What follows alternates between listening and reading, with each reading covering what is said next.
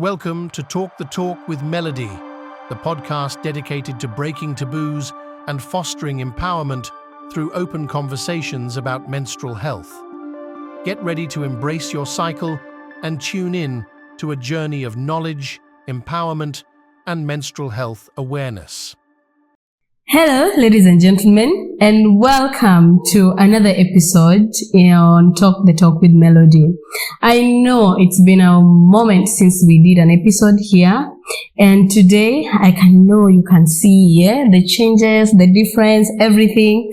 Happy new month, ladies and gentlemen. So we have missed you. And Kama who just subscribe so that I don't miss you so much.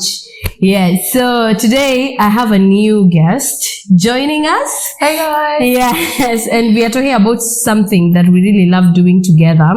We are talking about the passion for young people.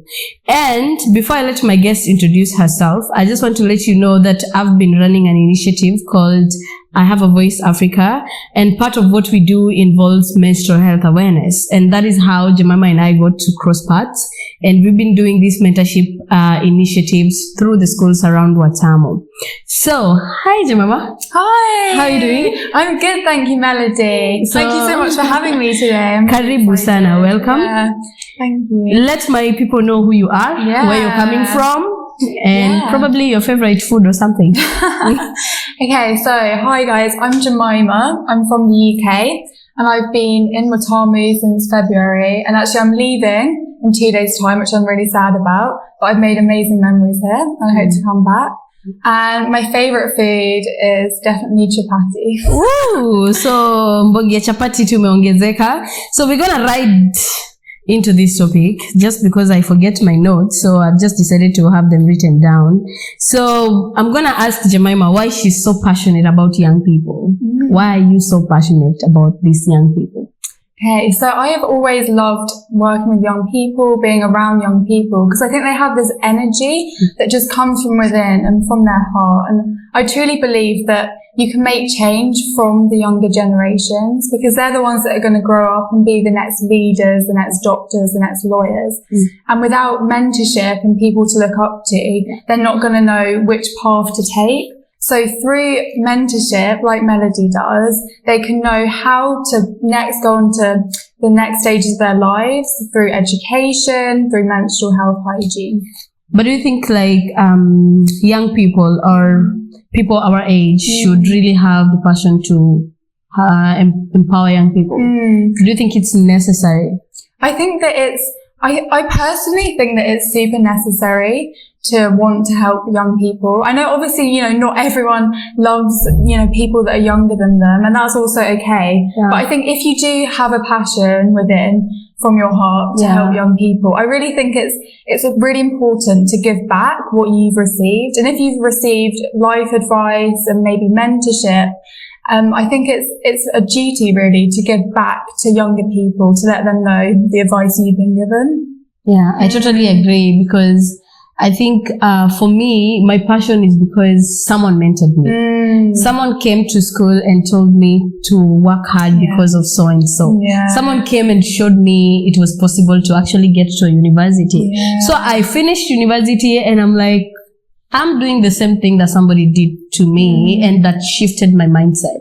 And I know it's been fruitful, the feedback we've been getting of seeing people and those young girls smile and say they're so encouraged to keep working hard. I think for me, that's one thing that is making me so passionate. Yeah, and the same for me. But actually, unlike you, I don't think I'd ever really experienced mentorship before I came to Kenya. In fact, I didn't really know what it was. I didn't know what it entailed.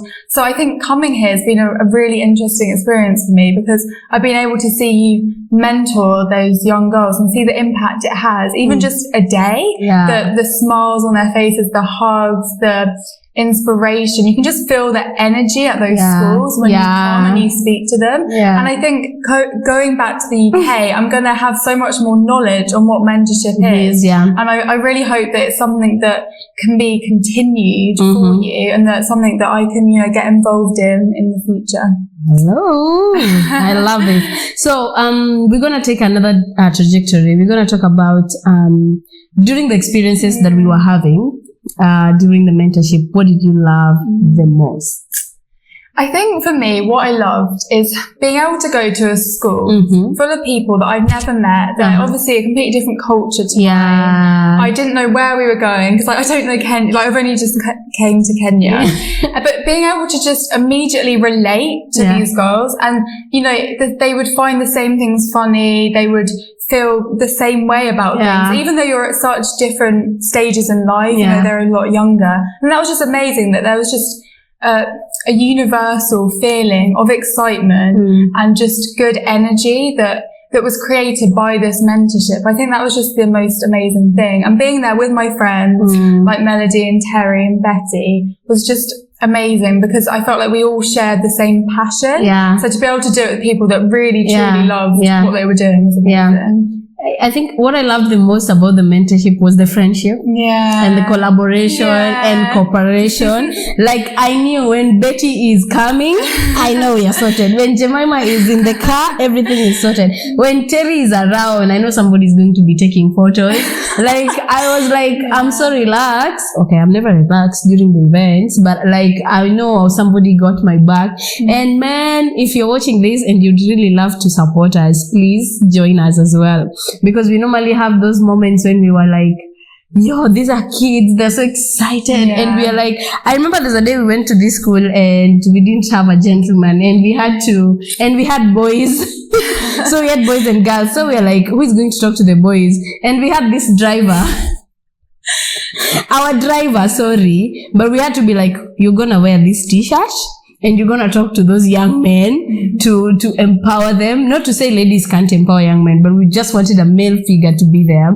And we were like, you have to talk to these young men because how can we empower women to be with men who are not empowered? And he really took up the task. And I really feel like this mentorship, what I've loved the most is people who come through to support. Even like they don't really expect anything back. I mean, Jemimah has never asked me to pay her, but I mean, she's been constantly supporting together with Betty and Terry. Love you guys. You're my ride or dies. Yes. So hey, the most challenging thing about the mentorship we've had. Yeah, so I would say for me, the most challenging thing is when you go to these schools and you hear about the difficult situation that some of these young girls are facing and how vulnerable they are. I don't think I'd really appreciated before coming to Kenya the situation that some of these really young girls are in. And you hear about this abuse and that they're getting taken advantage of.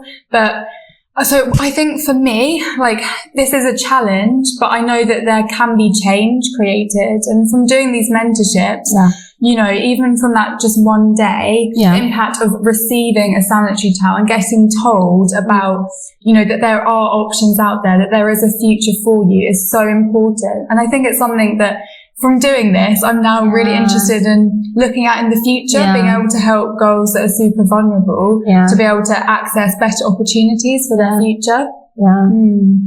Where I thought finances was the most challenging because I have to raise funds and I don't really have a super way of doing it. I do it through my circle of friends. So because I have to interact with them, text them, call them to partner with me in this. And so the small money, I call it small money because we are not an organization that we get. That's what we used to have. But yesterday when we went to Matanomane village and just getting to hear that there's just a lot more than what you think the problem could be. And I was like, how do you mean somebody who is 11 years old is being abused? Like, I couldn't even imagine how somebody who is 10-year-old is saying that the brother is touching her inappropriately. And I was like, where is the world going? Like, I think I came to you guys and I was like, this is so emotional, guys. I was not expecting it to be this deep. And I really feel like we call it a challenge, but it is a call out also. Like, there's so much that is happening in the society that we need to look out for. And I think it's everyone's responsibility. So I would love to encourage anyone at home who knows someone who is doing the same things we are doing, don't always look at what is in for me. Like, what am I getting from supporting Melody in this initiative? Or what am I doing if I support Jemimah in running this cause? But I think let us look out for the interest of those people who have no voice. You know, I really felt like if it was now somebody's touching somebody inappropriately, I mean, in Tao, that guy could be even slapped or something. Like, in a place where people are mentored and empowered, they would really know this is abuse and it needs to stop.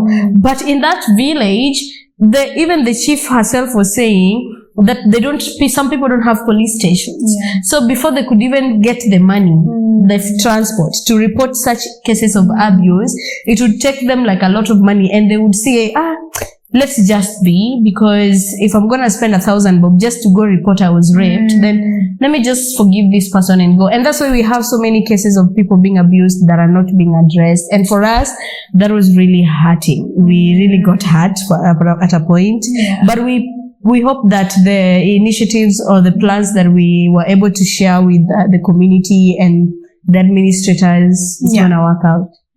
But that is the most challenging experience. I think, like you said, it's a wake-up call to me. That I think that obviously, like, I know that there is abuse going on, but I think especially in rural areas, and I think that's why, you know, the fact that you've gone to rural areas, I really admire, because I think rural areas can get a bit overlooked. Because people just think, they just almost ignore it. They think it's not their issue because maybe it's not so many people and it's not impacting their lives directly.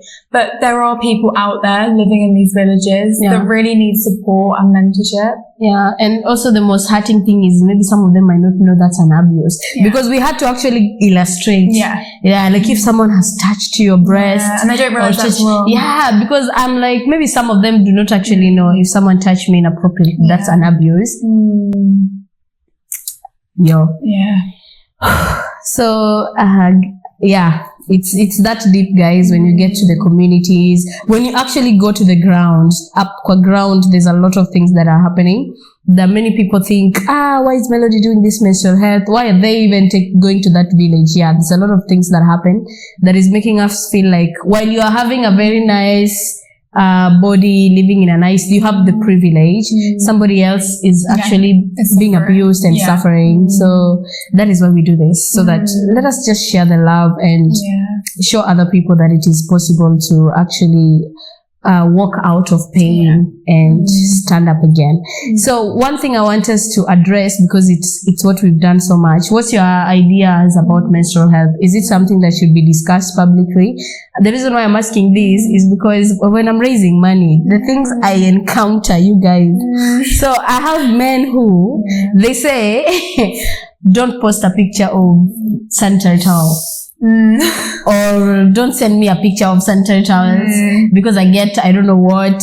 And then some people say, don't mention the word menstrual, it's pathetic, or I don't know what.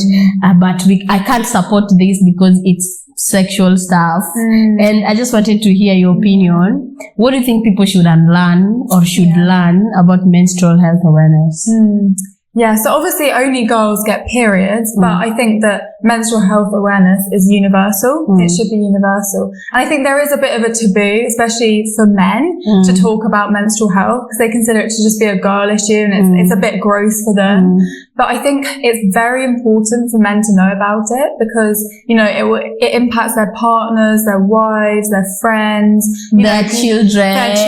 Exactly. And I think, you know, to just like turn a blind eye to it, I think is not right in my opinion, because, you know, this is an issue that affects all women in different ways. You know, maybe like it will have an effect on their mood even. And if you don't realize why, then that can create problems in like a friendship or relationship.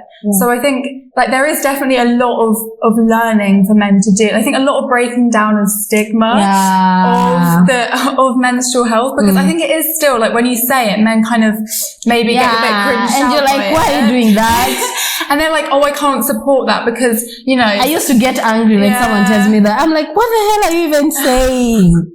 No, I know. So I was super happy when like my brother helped like support us. Yeah. Because I was just like, you know what, good for him. Because he's like a 21-year-old guy. Yeah. And he was really happy to support it, and he thought it was a great initiative. Yeah. So I was super happy to see that he didn't just go, oh no, but that's not my issue.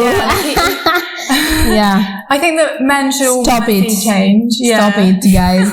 And even maybe not just to say, but even some ladies, because I mean, when I started doing this and someone was like, how do you talk to girls? How do you explain sex to them? Are you not exposing kids to? But I'm like, sex is not the issue.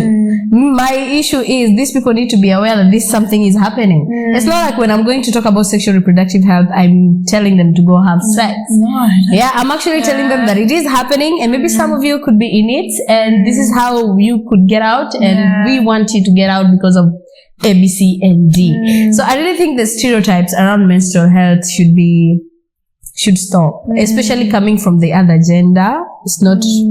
I really appreciate a man who would say, I don't want to hear about it, but I know it's happening and I'm able to support. Because in one way or the other, you're going to get married. Your wife is going to menstruate. She's going to menstruate and probably have mood swings and probably have backaches. So I don't want you to walk in your house and your wife tells you, I have a backache, and you'll be like, yo, woman, get up and wash the dishes. Surely. You need to like know that, oh, so she has a backache. How may I support her at this? Oh, so someone is literally bleeding, guys. So yeah, it's also gross for us, by the way. Oh, do you like menstruating? No, like I don't. Like it's painful. Like it's one thing I wish. It's one thing I wish. Like I was just telling someone, I wish men and women would switch bodies.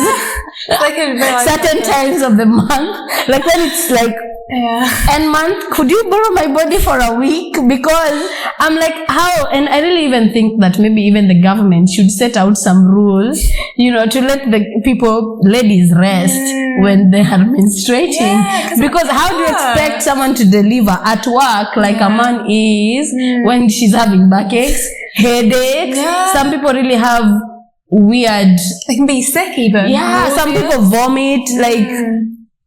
Yo guys, it's a tough journey for women, and all we need is not to be backlashed or not to be, you know, the way you say those stereotypes, yakomba, oh, I can't support this because it's gross and all that. Stop it. Because one way or the other, your daughter is gonna go through this, and you need to tell them it's normal, you know, it's actually possible, because I mean, it's happening.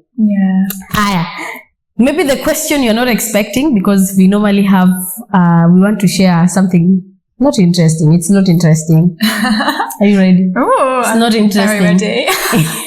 What do you wish you knew? Because we do menstrual health awareness. What do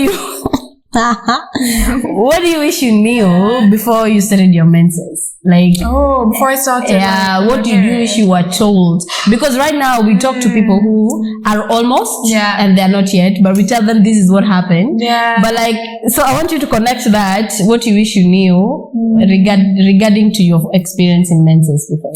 Okay. When you're younger. I think what I wish I knew was probably that it's very normal to feel scared when you first of all get a period. Like it is a weird feeling. Like, I can't lie. Like when you first of all get it, because you suddenly feel like a lady, even though you're quite young. I think I was like 13. So like you're suddenly like, I'm still like a really young teenager, but I'm like, I could possibly have a baby. Like it's a weird feeling. But I think it's just to know that like it's okay to feel a bit grossed out by it.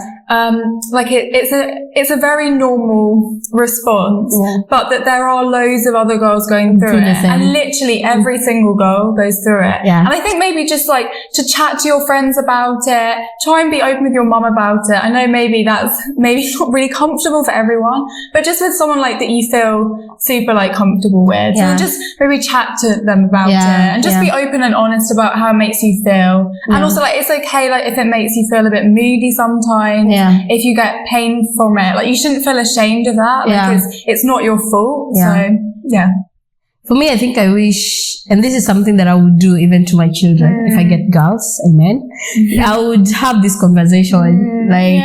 If I'm just seeing there's some breast coming out, there's some adolescent period coming out, I'd be like, hey, baby girls, sit down. Yeah. Let's talk about this. Yeah. This is what is coming. I would prepare a girl that it is coming. Yeah. So that when it comes, she can have that conversation with me. Yeah. Because for me, nobody ever talked to me about anything. So I was like, I'm navigating this body change and everything. And I'm like, I thought it was not normal. I thought something is wrong with me because what is happening? You know? Yeah.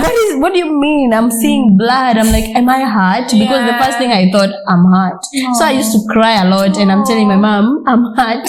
And she's like, no, you're not hurt. It's okay. And I wish somebody would have told me earlier, this is something that's gonna happen. Yeah. And you know, when you start it in high school, you guys, Kenyans, in high school, and it is a mixed school, so you might not know what is happening. So you would see a girl wake up and they're covered with sweater, and then you know, this one menstruated. And you see, teachers never told us that this is what happens when nobody did menstrual health awareness in class. So teachers, parents, girls, older sisters, older brothers who are so bold to share this, please, just have these conversations with your younger sisters and let them know that it's very normal. So Jemimah, you're going back to the UK. What is your parting shot?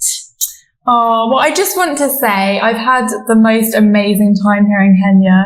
I've learned so much about different cultures and also myself through coming here, and it's just been so beautiful to meet so many different people like Melody, and I'm so thankful that I was able to meet you, Melody. I really believe that we were meant to meet each other. You're just such a burst of joy, and you always give me so much inspiration. I've learned a lot from you, and I'll never forget you, and I really hope I can see you in the future. So thank you so much. We were talking about getting UK husbands. So come to the UK. Yes. So ladies and gentlemen, I hope you loved this episode. For me, I'll never forget this young girl. She's very energetic and so passionate about young people. So thank you so much for watching this episode. We pray that you're able to have menstrual health conversations at home. And parents shouldn't see this as a weird topic to address with their kids and with their young girls. If we don't tell them, they're gonna see sex on TikTok. If you don't go tell them, they're gonna see it on social media and probably pornography, and they're gonna see these things in grossier context than you as a godly person would have directed them. So we really appreciate you taking your time to watch this episode. If you feel to support what we do, I'll leave the more ways on how you could give to support our work on the description box. My very warm appreciation goes to my photographer and my videographer, Izzy. May God really bless you so much for the setup. We are shooting at a certain villa. I'll leave the link in the description. If you can book your vacation here in Watamu, please come and stay here. It's so amazing, isn't it? Yeah, till next time, guys. I want to also appreciate somebody who has offered us. We haven't. Who had offered this juice. Annabelle, thank you so much. May God bless you. Thank you so much, ladies and gentlemen. Till next time, my name is Melody. Bye.